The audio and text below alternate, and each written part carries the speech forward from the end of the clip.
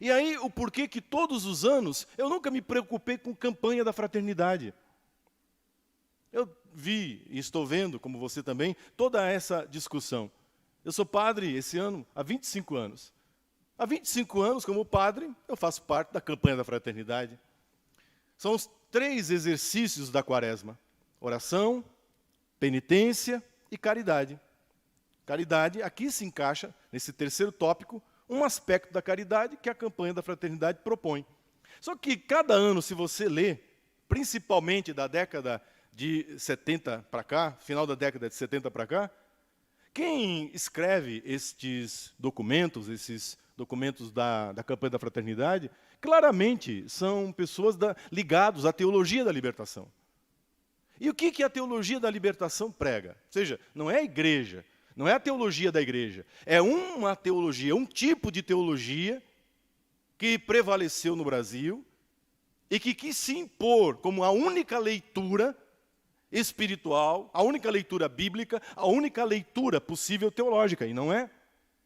O que a teologia da libertação diz? Exatamente isso, que o nosso problema é estrutural, que se nós vencermos as estruturas, se nós conseguirmos transformar as estruturas políticas, econômicas, sociais e religiosas, aí o mundo será o paraíso.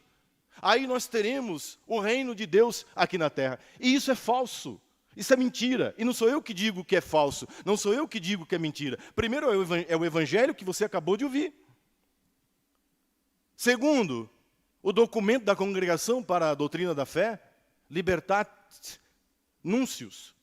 Na época que o cardeal Ratzinger era o prefeito da congregação. De tantos desmandos que se espalharam pelo continente latino-americano, vindo dos frutos nefastos da teologia da libertação, que afastou o povo da igreja, que afastou o povo da vida espiritual, que fez da igreja, muitas vezes de comunidades, muitas vezes, um espaço de militância política orientadamente de esquerda. Orientadamente de esquerda. E aí, se você é de esquerda, o problema é seu. Não tenho nada com isso. Faça da sua vida o que você quiser. Agora, esse espaço não é o espaço para militância ideológica. E me prove, me mostre um único documento da campanha da fraternidade da década de 70, final da década de 70 para cá, década de 80, 90 e até os dias de hoje, que não tenha uma conotação profundamente, notadamente, majoritariamente, da teologia da libertação. Ou seja, de que todo o problema do ser humano, a libertação que o ser humano precisa, não é do pecado. Não é a libertação das estruturas do pecado original, do pecado que habita o coração do homem, do ser humano, das nossas paixões, das nossas más inclinações, da nossa desobediência a Deus. E daí o porquê precisamos de vida de oração. Precisamos de vida de oração na presença de Deus para que o Senhor tenha misericórdia de nós e transforme o nosso coração. É o que mais vale, é a coisa mais importante dos exercícios quaresmais. É o que Bernadette faz quando ela não entende o que está acontecendo. Ela reza, ela se põe em oração. Essa é a primeira atitude do cristão, diante de um mundo com estruturas que são contrárias à vontade de Deus. Como, claro que, por óbvio, que politicamente, economicamente, os pobres sofrem. Há discriminação racial no nosso país? Há. Com certeza. Há homofobia e que precisa ser combatida. Mas, meu irmão, você pode ler nos documentos que essa teologia produz, e agora, escancaradamente, na campanha da fraternidade de 2021, está por escrito na cartilha da campanha desse ano. Que o que eles acham, o que eles pensam é assim: não quero que tenha homofobia, não quero que tenha mulher apanhando, e não queremos. Então o que a gente tem que fazer? A gente tem que atacar a estrutura patriarcal. Ou seja, traduzindo em miúdos, que o problema não está no coração do homofóbico. O problema não está no coração do homem mau caráter, machista. Que o problema não está no coração do racista, do xenófobo. Que o problema está na estrutura da família tradicional. É a família tradicional que é racista, que é xenófoba, que é homofóbica. Então, se eu desconstruo a família patriarcal, a família tradicional, aí então eu tenho a libertação. Acaba a homofobia, acaba o racismo, acaba as discriminações, e isso não é verdade. Isso é falso. Isso não é verdadeiro. Porque o problema não está na estrutura. A estrutura é reflexo do que está dentro do ser humano. É o nosso coração que está podre, é o nosso coração que não está sadio, é o nosso coração que está doente, porque não reza, porque não fazemos penitência, porque não nos arrependemos dos nossos pecados, porque não buscamos o Senhor, a sua palavra. Porque não buscamos o Senhor e a sua palavra, nós refletimos no mundo, nas estruturas do mundo, aquilo que está carcomido no nosso coração. É isso que Jesus disse. Vocês acham que o problema está fora? Olha, não pode comer isso, não pode comer aquilo. Olha, a sinagoga é isso. Olha, o problema do templo é aquilo. Aliás, é isso que eles dizem. Leia qualquer documento da teologia da libertação, qualquer livro dos autores, que eu não vou dizer o nome aqui. Eles dizem exatamente isso, que Jesus Cristo era um revolucionário. Jesus Cristo era um ideólogo político e que ele morreu não para salvar os nossos pecados. Não porque ele se entregou para a nossa salvação, mas porque agitando e revolucionando o seu tempo, mexendo na consciência das pessoas, ele comprou briga com o Império Romano. Ele comprou briga com as estruturas políticas de poder do seu tempo, e por causa de questões políticas, sociais e econômicas, é que ele foi morto. E, portanto, se nós queremos estar no segmento de Cristo, nós temos que repetir o que Cristo fez. Ou seja, entrar em conflito político, social e econômico. Quem ensinou isso? Foi Jesus de Nazaré? É na Bíblia que você encontra isso? Não, meu irmão. Você encontra isso no Capital de Karl Marx. Você encontra isso na doutrina comunista, a luta de classes. Você encontra isso em Adorno, em Horkheimer, na escola de Frankfurt. Você encontra isso em autores. Você encontra isso na cartilha de partidos de esquerda, mas no Evangelho não. Esse não é o Cristo a quem eu amo, esse não é o Cristo a quem eu sirvo, esse não é o Cristo que libertou a minha vida. Por causa de um Cristo agitador político, por causa de um Cristo revolucionário, sabe, do seu tempo, há 30 anos, pelo menos nesse país, sequestraram a Semana Santa em muitas paróquias. Não nas minhas, não na minha paróquia, nunca. Nunca deixei de tratar o tema da campanha da fraternidade, mas sempre colocando o tema no seu devido lugar. Impossível passar uma campanha, o tempo da quaresma, 40 dias falando sobre o problema da água poluída, de que tem gente que está roubando a água, que o agronegócio, quer dizer, colocando o povo da cidade contra o povo do campo, o povo do agronegócio. O que é isso? É luta de classes. Estava escrito isso no documento da campanha da Fraternidade da Água? Estava. Vocês me ouviram tratar disso aqui nas missas? Não. Por quê? Porque eu tenho critério, que eu tenho bom senso, porque eu sei que por trás daquele documento está um tipo de teologia, está um tipo de mentalidade, que infelizmente, imperou dentro do secretariado, dentro das secretarias, dentro daqueles que são os responsáveis por executar os documentos e textos. Campanha ecumênica, mas espera aí, mas a Igreja Católica está presente? Um padre, um teólogo, que não seja da teologia da libertação, fez parte da confecção? Não, não fez. Então não tem ecumenismo. Você juntou 4 pastores protestantes, um padre, ou não sei quem foi, um teólogo ortodoxo, e um padre católico da teologia da libertação, que a gente sabe o nome, endereço e telefone de quem foi. Eles creem nas mesmas coisas. Eles acreditam nas mesmas coisas. Sabe o que seria uma campanha ecumênica? Chama os batistas para conversar. Chama a Universal do Reino de Deus. Chama. Chama a Assembleia de Deus, que é a maior igreja evangélica do Brasil. Sabe por que não chama? Porque eles são conservadores. Porque eles são contra o aborto. Porque eles são a favor de uma família estruturada sobre os valores bíblicos. Então eles não vêm, porque não combina, entende? A mentalidade desses evangélicos, que são 99%, em comparação a esses que fazem parte, que confeccionaram, que são 1% dos evangélicos do Brasil, que representam na própria igreja evangélica uma minoria. Não são as estruturas. Santa Bernadette é a prova disso. Essa menina tinha tudo para ir para a marginalidade, para se transformar numa prostituta, para vender o corpo dela num cabaré francês, como haviam tantos naquela região. Bernadette Sobiru era para ter se criado com ódio da família, com ódio do pai, com ódio da mãe, com ódio dos irmãos, talvez fazendo parte de um núcleo anarquista, um núcleo bolchevista, né? Um núcleo que havia naquela época, do Partido Comunista Francês. Não. Uma menina, uma moça que se abre para a graça de Deus e que compreende que o problema está no paraíso. Começou quando o ser humano fez a sua primeira opção e fez errada. E fez egoisticamente.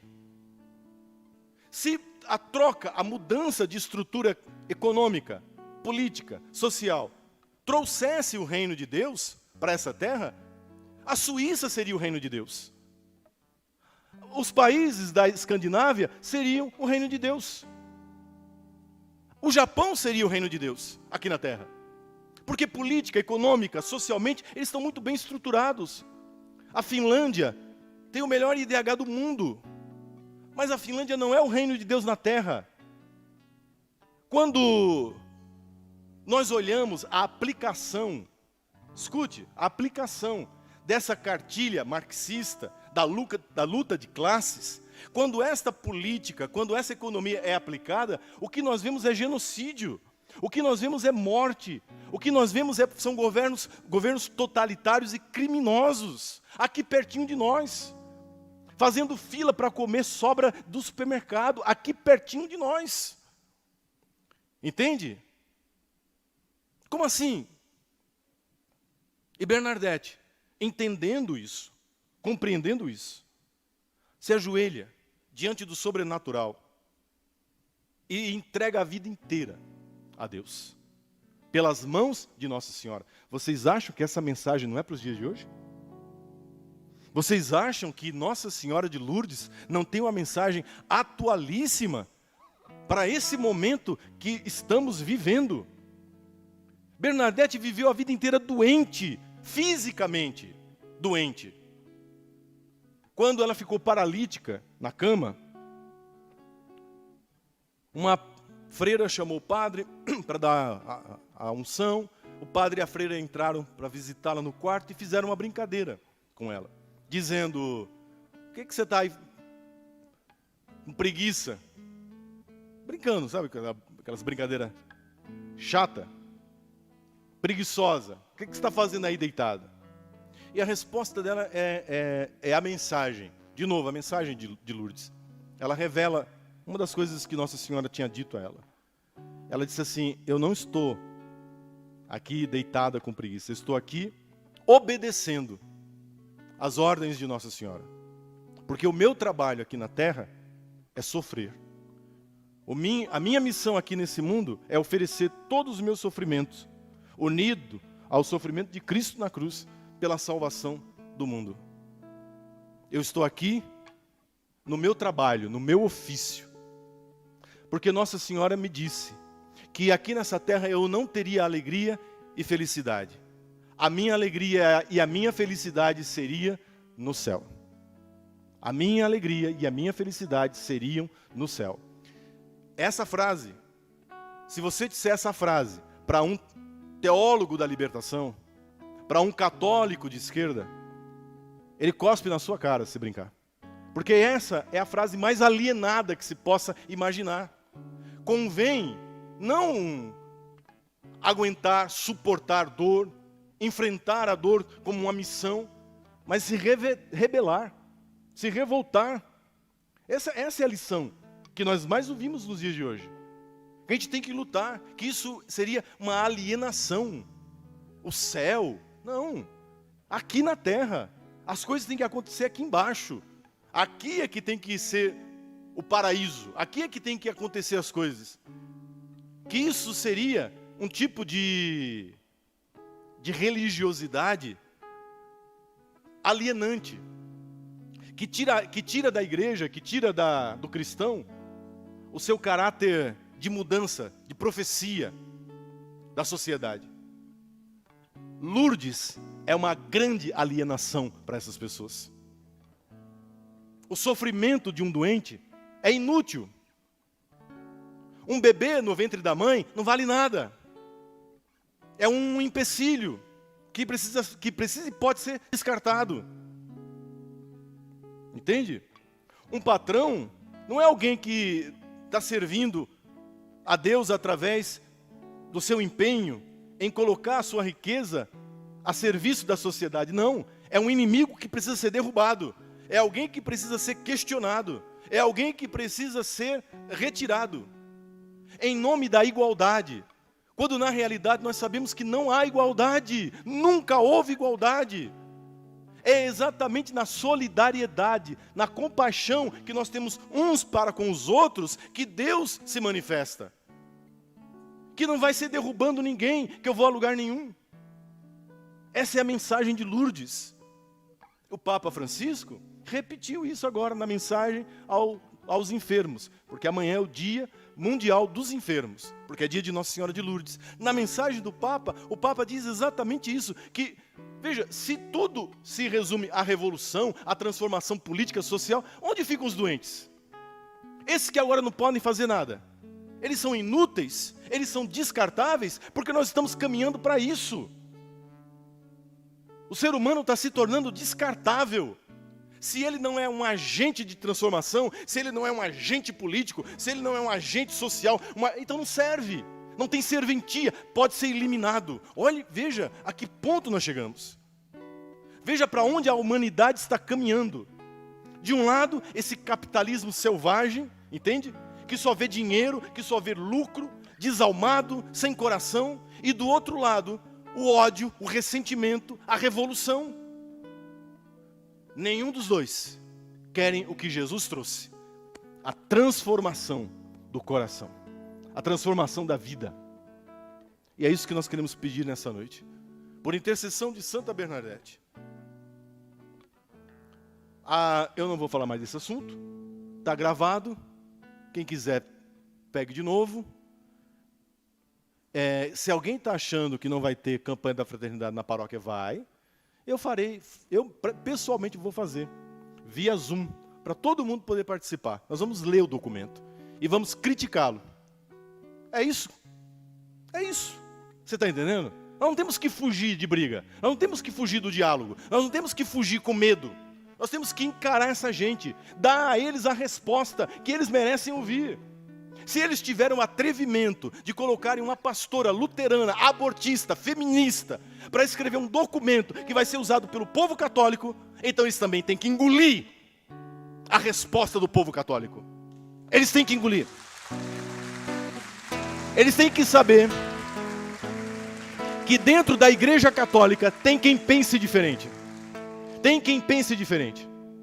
Que dentro da Igreja Católica existem pessoas também que tem tarimba, que tem traquejo filosófico e teológico, para poder discutir a nível com eles, de igual para igual. Nós não temos que ter medo. Os tempos são muito estranhos, mas olhe o exemplo que nós temos. Essa moça é um exemplo. A coragem dela nos anima. A sinceridade de coração dessa moça, dessa freirinha, é um exemplo para nós. Quanto que ela sofreu, o quanto que ela foi humilhada. E a gente, para fazer média, sabe, com o seu fulano, o seu cicrano, não pode mexer nisso. Eu vi, eu não tenho, mas me mandaram, sempre mandam, né?